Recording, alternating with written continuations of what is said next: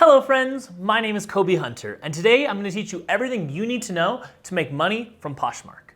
If you do it right, you can make some really good money with minimal effort from selling clothes online, but there are a lot of little mistakes you will likely make along the way that will prevent you from having as good of an experience and prevent you from making as much money as possible. So I've done it for you. I've gone through the whole process for you and made lots of mistakes so that you don't have to. These 10 tips will help you if you want to sell anything online, but I'll be referring mostly to Poshmark. By the way, if you guys want to know exactly how much money I made from selling on Poshmark, I'll share that at the end of the video. But in the meantime, put a guess down below in the comment section and let's see who gets closest. Also, while you're down there, since you likely want to learn about business and entrepreneurship, click that little subscribe button. I release one full-length video a week and daily shorts about business, finance, and entrepreneurship. As a thank you and to show that I really do care, I'll answer any question you'd like down in the comments below. Now, on to the rest of the video. Tip 1. Understand that not everything or everyone is meant for Poshmark. There are certain products or personal circumstances that just aren't right for Poshmark. It could be that selling that clothing item will just take forever, or that it won't sell, or that it won't be worth it to sell. Knowing what these products are can save you a lot of time and money. In the case that you have a pile of these items, I recommend going to Plato's Closet, doing a garage sale, or putting them on OfferUp or Facebook Marketplace. Don't worry, we'll talk about what items are best to sell on Poshmark later in the video. Tip 2. Decide what your goal is. Is your goal to empty out your closet and get rid of clothes you don't like and you'd like to get a little cash for them? Or is your goal more along the lines of, I'd like a side hustle I can do for my house? If you are closer to the first group, I'd honestly say it might be easier if you just bring your clothes to Plato's Closet or a similar place like that. Yes, you will get less money, but you will also save a lot of time and empty out your closet a lot faster. However, I'm assuming that since you're watching this video, you're at least somewhat interested in making money. So let's talk about the best way to do that on Poshmark. Tip 3, use a good supplier. So assuming you really want to make some money from this, the best way to do that is to buy in bulk from somewhere. You could order clothing or shoes from China and white label them, but I found that it's a lot easier to get sales when you don't have to build a brand and you can instead rely on more established brands. So how do you get these clothes at a big enough discount to where you could sell them? You use a liquidation or return site.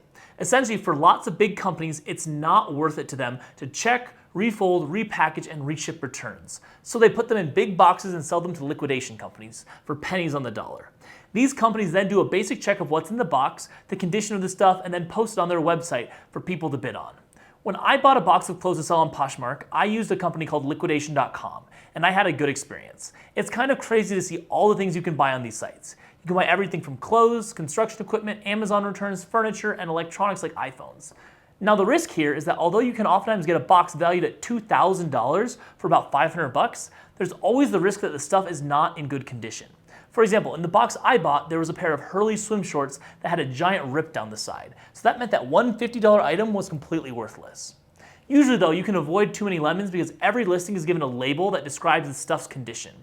In liquidation.com's case, they have labels like new, used, refurbished, returned, shelf pulls, salvage, damage, or scratch and dent. If you hover your mouse over the condition label, it gives you more information about it.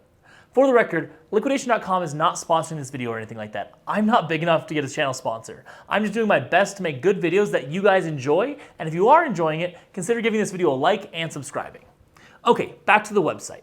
Essentially, you can search for anything you are interested in. Guys' clothes, girls' clothes, whatever you want, you can find them here. Now that we've found where we're going to get our inventory, let's keep going with more tips. Tip 4, shipping is a big deal. In my experience, people don't want to buy a used shirt that was $30 or $10 and then pay $8 for shipping. People like a deal and $12 off just doesn't seem to be a big enough deal for people. Poshmark does let you absorb the cost of shipping products, but if you're selling a shirt for $10 and paying $7.67 for shipping, after Posh's 20% cut, you're left with like $1.50.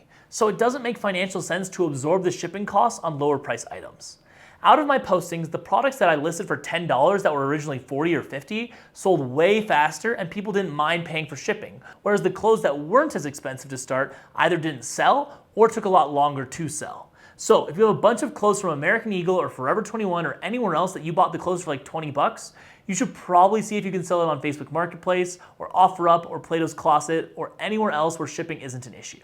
Tip 5, aim for clothing that has a strong brand name. I've loved Lululemon, Nike, and Adidas for a long time, and I found that things with strong brand names sell way faster on Poshmark. For example, I got these Hunter brand sandals on a Black Friday because their brand is the same as my last name, and I thought that was kind of cool, but they were just not comfortable on my feet. I put them up on Poshmark for $20 and they sold really quickly. Contrast this to a pair of sparkly shoes I sold on there without a brand name, and it took a much longer time to sell. The other thing about brand names is that people are just more willing to pay for them, even if it's in slightly worse condition. People love having prestigious brands on them as they try to keep up with the Joneses. Oh, by the way, if you want to know where that phrase came from, I made a short about that right here. So if it were me and I was deciding on a box to buy from liquidation.com, I would try to pick a box that had a lot of brand name items in the box. Tip 6, aim to get things with a retail value of over $100. Your time is valuable, and taking the time to sort through, take pictures of, and post a listing for $10 is just not a super high return on your investment. By aiming for pieces that retail for say $125, you can then list them for $60 or $70, and then instead of one piece of clothing you taking 30 minutes for a total return of $10, you can spend the same amount of time and effort to make $60 instead. For example, I got a wool pea coat in the liquidation.com box that's tag said $795 on it. I listed it for $339. Once I had a buyer, I'd put it in a box, drove down to the post office, and mailed it. I made $271 for about a half hour of work. When I did the same thing for this morph suit, I made $8 for the same amount of work. Obviously, there's more risk with more expensive things if they don't sell quickly, but that's why you should follow step 7. Step 7, order clothes that might fit you. When you're looking at clothes on these different sites, it's a great strategy to order clothes that could potentially fit you. This way, you mitigate risk and you won't be left with a bunch of clothes that you don't want or need. For example, if that wool pea coat had never sold, I could have rocked a really nice jacket. There was actually a pair of Lucky Brand jeans that came in the box that I didn't even try to sell because they were so stretchy and nice, and all I had to do was have them hemmed to be a little bit shorter for my legs, and this meant that I got really nice jeans that were worth $70 to $100 for the $15 I spent hemming them. There's also a knock-on effect where you end up going out and buying fewer things from the store because you keep getting these things in the liquidation boxes as you try to sell the rest of the clothes. I also feel like if you like the things that you're ordering, your customers will be more likely to like them too. Step 8, keep everything organized and easy to access. We want to make selling as frictionless and pain-free as possible, and if you put the box of clothes that you've put on Poshmark in a hard-to-reach spot in the basement, the attic, or somewhere else, you are going to groan every time you get a sale. You shouldn't be groaning, you should be happy. But I definitely groaned a couple of times from having to climb up into the attic to find things. Along with this, make sure you keep all your Poshmark inventory in the same place. It'll make finding the shirt, shoes, or dress you're supposed to ship a lot easier. Step 9, don't put time constraints on yourself. I don't care what some dropshipping guru tells you, selling things online is not perfectly easy. Lots of times it takes a while for things to sell, especially at the beginning when you don't have a reputation on the site or you don't have a following. Sales can be slow sometimes, so if you need that $500 or $1,000 you're going to spend on ordering clothes for rent or food in the next 3 months, don't even bother. You should not put yourself in a situation where you're going to be in a time crunch. You will be more stressed and you could potentially seriously hurt your finances. The amount of money you could make is just not worth the risk. Now, could you totally sell all your clothes and make the money back in 3 months? Absolutely, but it's not worth the risk. Step 10, don't rely on this as your future. In my experience, Poshmark is not going to make you $60,000 a year. Yes, I'm sure some people manage to pull that off, but it's much more likely you'll make a couple extra thousand a year from working here and there on the side. Is it a solid return on your time and money? Yeah.